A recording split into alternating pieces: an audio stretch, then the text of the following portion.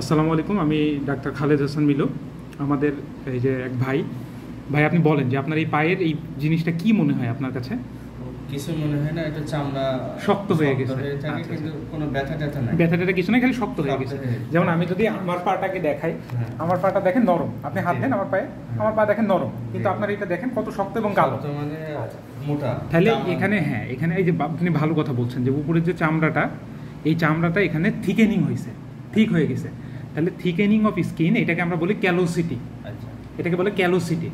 এই ক্যালোসিটির main cause, এটা কারোর এখানে হয়, কারোর পায়ের এখানে হয়, অনেকে দেখবেন নামাজ পড়ে, পড়তে পড়তে মাথায় এরকম হয়। হ্যাঁ, এটার মেইন কারণ হচ্ছে ফ্রিকশন বা ঘর্ষণ।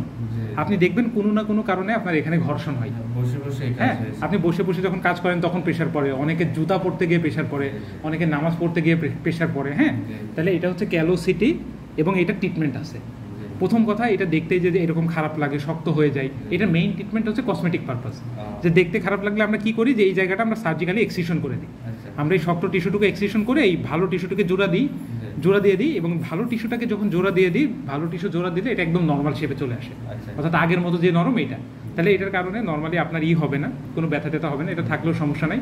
আর আমরা সার্জারি করে দিলে এটা একদম ভালো হয়ে যায়। যাদের অনেকের আছে, যে অনেক অ্যাক্ট্রেস বা অনেকেই আছে যে চেহারার সৌন্দর্য একটা গুরুত্বপূর্ণ বিষয়, তাদের ক্ষেত্রে আমরা সার্জারি করে দিই। ওখানে কি হয়েছে, হ্যাঁ, এটা প্রশ্ন করে। এবং পাশাপাশি আরেকটা জিনিস যেটা, যে আপনার হচ্ছে এটা আরো শক্ত হবে, যতদিন ঘর্ষণ হবে শক্ত হবে।